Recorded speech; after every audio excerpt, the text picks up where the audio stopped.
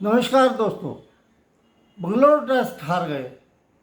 ये एक खेल का हिस्सा है। हार जीत चलती रहती है। इस पे मंथन किया जा सकता है। किसी पे दोषारोपण करना ठीक नहीं है कि किस वजह से हारे। अभी मैं आज तक के स्पोर्ट्स एडिटर ये विक्रांत गुप्ता जी का सुन रहा था। वो सारा दोष राहुल को दे रहे थे। केएल राहुल ठीक है, अपनी प्रतिभा के साथ न्याय नहीं कर सका, बेहतरीन बल्लेबाज है। ये दो खिलाड़ी, एक केएल राहुल और दूसरा संजू सैमसन, ये अपार क्षमता के मालिक होते हुए अपनी प्रतिभा के साथ कभी भी न्याय नहीं कर सके।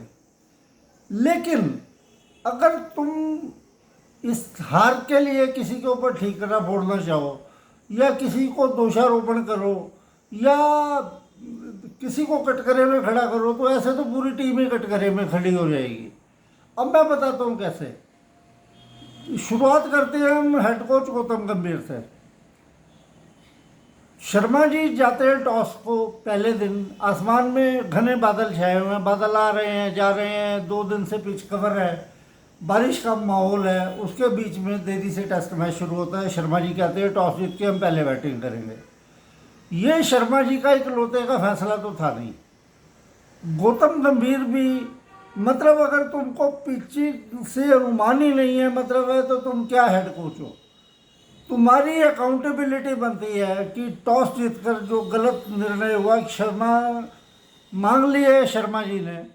लेकिन क्षमा मांगने से भारत हारा हुआ मैच अब तो कुछ हो नहीं सकता है, अब भूत हो चुका है। अब पुणे में अगला टेस्ट मैच है। बाकी दुर्भाग्य ही कहा जाएगा इस मैच में कि जैसे कल शाम को गेंद चल रही थी वैसे ही आज सवेरे भी चल रही थी। बुमराह ने शुरुआती झटका दिया, लेकिन न्यूजीलैंड के बल्लेबाज बीट तो लगातार हो रहे थे उसकी गेंद पर। लेकिन वो जैसे भारतीयों का हर बार जो बीट होता था निकलता था विकेट के पीछे कैच आउट, वैसे नहीं हुआ। दूसरा, अगर गलतियों से सीखना चाहेंगे तो यशस्वी जायसवाल जब 356 रन का तुम पीछा कर रहे हो, एक डेफिसिट है तुम्हारे ऊपर 356 रन का, तू छिक्का मारने जा रहा है। विराट कोहली, आखिरी ओवर है दिन का, 5 गेंदें तुमने खेल ली। अब एक ओवर और ना खेलना पड़ जाए, 6वीं गेंद को खेलने से पहले तुम अपने ग्लव्स मंगाते हो। क्या जरूरत पड़ी थी यार, एक गेंद नहीं खेली जा रही थी तेरे से बिना ग्लव्स के। ऐसी कौन सी परेशानी आ रही थी, उससे तेरी कंसंट्रेशन खराब हो गई और अगली गेंद पे ही तू आउट हो गया। तो इन चीज़ों से कोई फ़ायदा नहीं है ये सब करने का। गलतियां हुई हैं, कुछ किस्मत भी ख़राब थी इनकी कि इनकी तो हर गेंद या तो सीधी फील्डर के हाथ में जा रही है, नहीं तो इनका बल्ले का एज लग रहा है। और वो सैकड़ों बार बीट हुए सवेरे, और उनका कोई एज नहीं लगा। यहाँ तक कि ब्रूटल डिलीवरी थी जो सुबह कॉनवे ने बुमराह की फेस की थी, वो गेंद मुंह पर आ गई थी। वो कोई और ख़राब दिन होता तो वो सीधी गली में या स्लिप में कैच चली जाती लोग करके, लेकिन वो वहीं पे ही थोड़ा सा दूर जाके गिर गई। तो अब अगला मैच होना पुणे में। न्यूजीलैंड का एक बल्लेबाज रचिन रविंद्रा बहुत अच्छा बैट्समैन है। और मुझे सिर्फ एक वही बैट्समैन लग रहा था जिसको मुझे लग रहा था भारत वाले इसको कैसे आउट करेंगे। लंका में भी वो खेल के आया है। लंका में उससे पहले टेस्ट में 39 और 92 और दूसरे में दोनों पारियों में डबल फिगर 12-15 रन बनाए थे। तो भारत को लंका की फुटेज देखनी चाहिए कि रचिन रविंद्रा को उन्होंने किस तरीके से फंसा कर आउट किया था। नहीं तो भारत के गेंदबाजों के पास तो मेरे को लगता है कोई क्लू ही नहीं है कि रचिन रविंद्रा। और दूसरा उनके बल्लेबाज है विल यंग, बेहतरीन टेक्निक है उसके पास खेलने की। एक सिर्फ वही बल्लेबाज आज मैंने देखा जिसने बुमराह को विश्वास के साथ खेला, बाकी सभी छटपटा रहे थे। तो इन दो बल्लेबाजों की काट है। बाकी भारतीय स्पिनरों का भी मतलब है, तुम अश्विन ने ठीक है 500 विकेटें ले रखी हैं, लेकिन वो प्रसन्ना जो फ्लाइट करा के एयर में हवा में बल्लेबाज को बीट करता था, वो मेरे को नहीं नजर आई। तो दूसरे टेस्ट मैच के लिए दो बदलाव तो मेरे को लग रहा है कि होने ही चाहिए, बल्कि मैं तो कह रहा हूँ तो तीन बदलाव होने चाहिए। पहला बदलाव होगा केएल राहुल का। इस वजह से नहीं कि वो इस मैच में फेल हुआ है, अभी वो अपनी प्रतिभा के साथ न्याय नहीं कर पा रहा। ऑस्ट्रेलिया में केएल राहुल की ज़रूरत पड़ेगी। वहाँ पे सरफराज खान देखना पड़ेगा कि ये जिस तरीके से खेलता है वहाँ पे चल सकेगा या नहीं। राहुल ऑस्ट्रेलिया में खेल चुका है और उसने अपने को साबित भी किया था वहाँ पे। तो केएल राहुल की जगह अगले मैच के लिए आएंगे हमारे शुभमन गिल।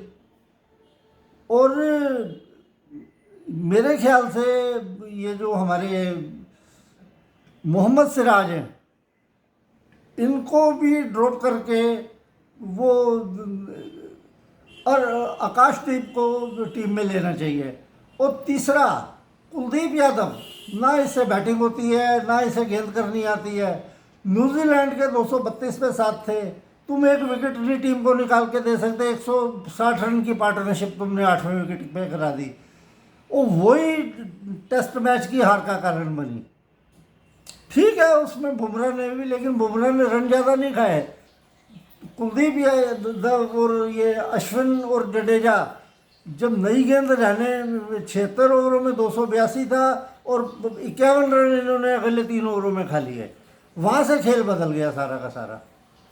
तो कुलदीप यादव को भी मेरे ख्याल से हटाकर उसकी जगह अगर तुमने फास्ट बॉलर रखना है तो फिर सिराज को रख लो और आकाशदीप को खिला लो। अगर पुणे में तुमने 3 स्पिनर खिलाने हैं तो फिर कुलदीप यादव को बाहर बिठाकर अक्षर पटेल को खिलाओ। एक तो बहुत ही सक्षम बल्लेबाज है, तुम्हारी बैटिंग बढ़ जाती है अक्षर पटेल के होने से। और दूसरा है कि वो लंबा है, हाइट है उसकी, तो उसकी गेंद को जो अगर गेंद ग्रिप और टर्न कर रही है तो जो पिच से मदद मिलेगी वो बाकी के बॉलर नहीं उठा पा रहे। तो बाकी ये टेस्ट मैच हार गए इंडियन। आजकल ये नया सिस्टम चालू हुआ है, पहले ऐसा नहीं होता था। पहले विदेशों में जाके पहला टेस्ट मैच हार जाते थे। अब इंग्लैंड आई थी, उससे भी तुम पहला टेस्ट मैच हार गए थे, ठीक है, बाद में उनको तुमने 4-1 से धो दिया। लेकिन ये पहला टेस्ट मैच 2 बार तुम पिछले 2 सालों के अंदर 50 से नीचे आउट हो गए हो। तो इन चीज़ों को भारत को गंभीरता से सोचना पड़ेगा, तभी जाकर आगे भारत की कामयाबी की कहानी लिखी जाएगी।